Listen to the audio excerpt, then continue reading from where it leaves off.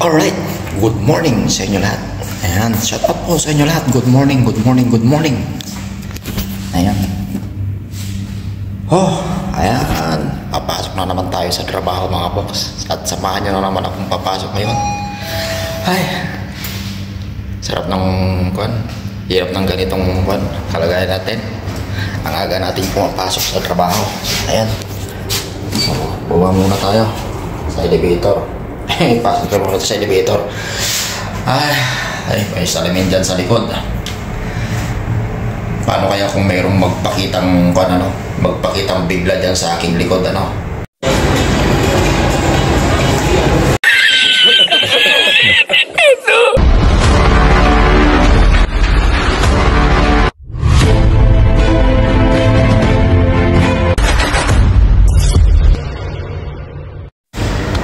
Alright mga box, andito na tayo sa labas. Malinsangan yung kanyang hangin. Ay. Alright, at ang oras natin pala ngayon mga box is 3:42 ng madaling araw. 3:42 ng madaling araw mga box. At papasok na tayo sa trabaho. Bali maglalakad lang kasi tayo. Kaya medyo maaga tayo ngayon, alas 4 kasi mayroon daw bisita. meron daw bisita so maaga na naman tayo pumasok. Eto, walang ligo, walang hilamos. Diretso pasok na ako mga boss. Walang ligo, walang hilamos. Mamaya na maliligo pag uwi. Alright, shoutout po sa inyo lahat. At good morning po sa inyo lahat dyan sa Pilipinas. Oras natin dyan sa Pilipinas is alas 7. Alas 7:43. Dito alas 3:40. Dito alas 3:43 ng madaling araw. Kasi 4 hours ang agwat. Ang diferensya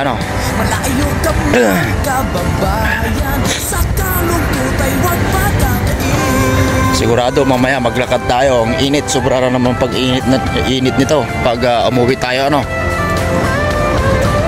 Alright, so sandali lang at tatawid tayo. Wala pang mga kasasakyan dito.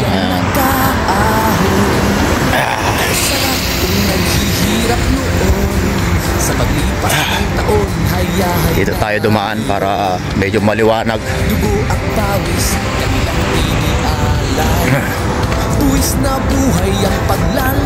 Pag ganitong madaling araw naman safe naman po ang maglakad dito kasi di naman tayo, wala namang loko-loko dito. Safe na safe. Daan na naman tayo dito sa Daiso. Panindan nila dito sa Daiso. Ayan, araw-araw natin binabagtas to mga folks. At sa hapon nga is dito lang banda yung maililim sa hapon. Pero hindi ko lang alam mamaya kasi medyo maaga-aga tayong makauwi. Alright.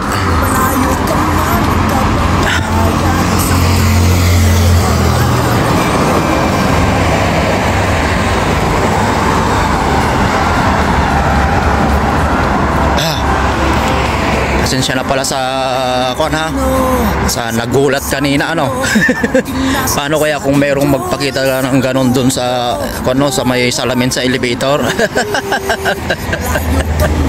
Astin.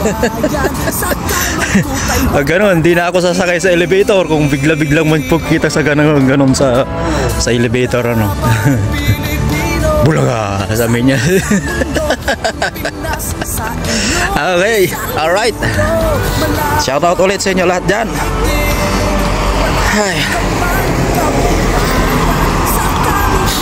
Malapit lang naman ang ating pinapasukan at inuuwian. Yung building na yun ang ating inuuwian. So, malapit lang naman. 15 minutes lakad. 15 minutes lakad. Ayan. So dito tayo, ito na yung mosque mga kapatid natin dyan. Dito tayo magdaan. Bali dadaan ako ngayon dun sa, ito ang ruta ko pag umuwi ako ng tanghali kasi hindi siya mainit. Daan ako dito sa likod ng mosque. Alright. So dyan muna kayo mga folks. Medyo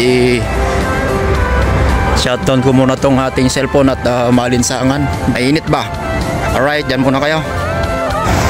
So ayun, muli tayong nagbabalik mga folks. Mega shoutout ulit sa mga kakapasok lang. Ayan.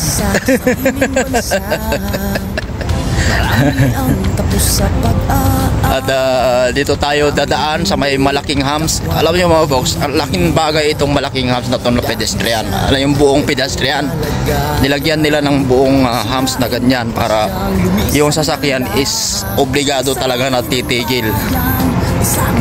Pag naglakad ka dito, yung sasakyan mismo yung kusang titigil ba. Alright, shout out po sa inyo lahat. At tayo nga po nandito na sa may malaking hams. Ito yung sinasabi na malaking hams mga folks, pedestrian. Kusang titigil yung sasakyan pag dumaan dito kasi ayan mo, ang taas. Oh, kung hindi titigil sigurado lilipad yung sasakyan dito eh.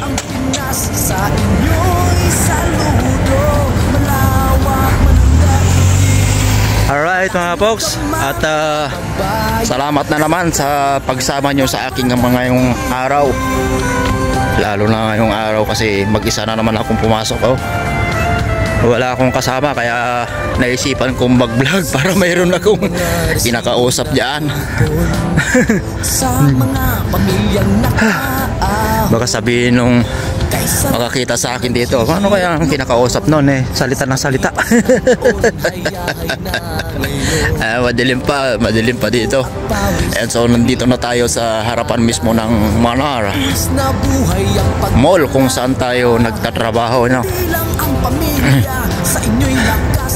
Init ta, malinsangan ba? So daan tayo dito sa likuran. Si bawal naman pumasok dyan sa loob, nakalak na yung mga pinto sa pag ganitong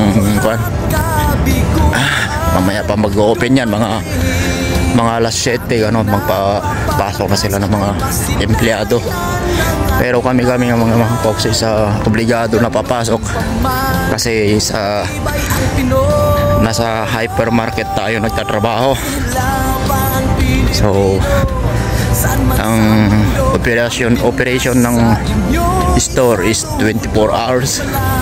Ibig sabihin is pwedeng pumasok yung mga staff kung sila po is magtatrabaho doon sa loob kahit anong oras.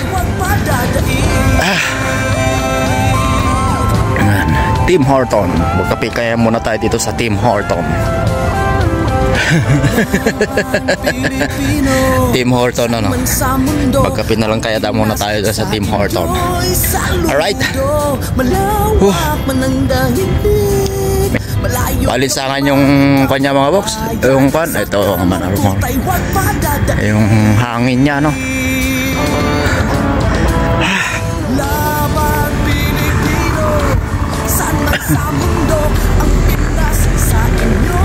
Bagong gupit, bagong tabas pala mga halaman nila dito mga box. Uy, muntikan pa ako na t-shirt. Bagong tabas, hindi nga makita kasi madilim.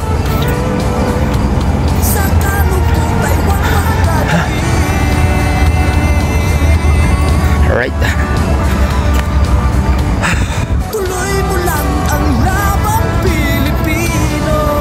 Mainit kasi mga po. Alright.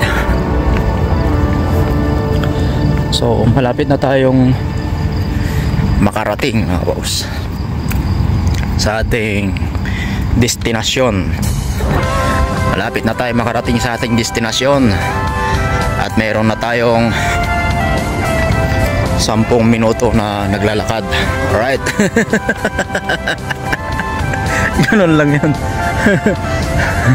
Mamaya is tapos na naman ang isa nating vlog ngayong araw at maraming thank you pagsama nyo ngayong madaling araw sa akin sa pagpasok sa aking trabaho.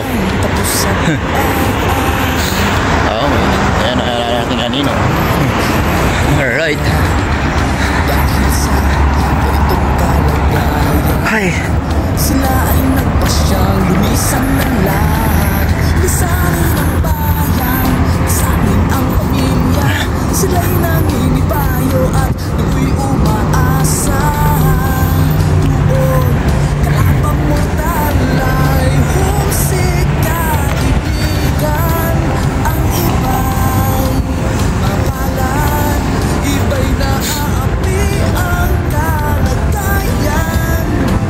Ganun pa man, matibay. alright mga box. Ayan, thank you po sa pagsama ninyo sa akin ngayong madaling araw sa aking pagpasok sa aking trabaho. Ayan.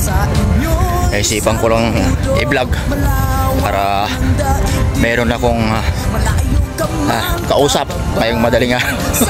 Kasi ang oras pa lang natin. Ayan, mag alas 4 pa lang yan mga box. Ayan, 3:49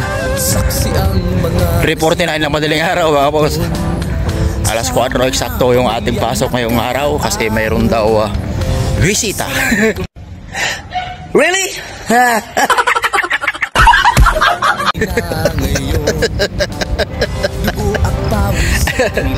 merong daw bisita. Merong daw bisita na darating ngayong mga araw. Siguro mga taga head office o taga ibang store. Kaya kailangan natin mag-prepare, mag-display ng maaga para sa mga bisita na yan. Hindi ko alam. Alright. So andito na tayo sa tapat ng ayan, dito tayo sa tapat ng Carrefour mga boss. At malapit na tayo makarating. Dyan. Wala akong kasama. Ako lang mag-isa yan.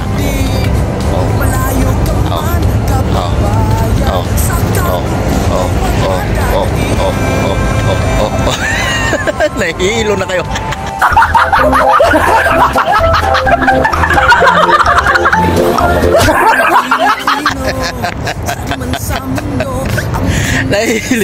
Alright. Shout out po sa inyo lahat. At dito ko na nga po tatapusin ang vlog na ito. Maraming salamat po sa pagsama ninyo ngayong umaga. Thank you po ng marami. God bless everyone. Saan man po kayo naroon, mag-ingat po kayo palagi. Bye bye. See you on my next vlog. Woo!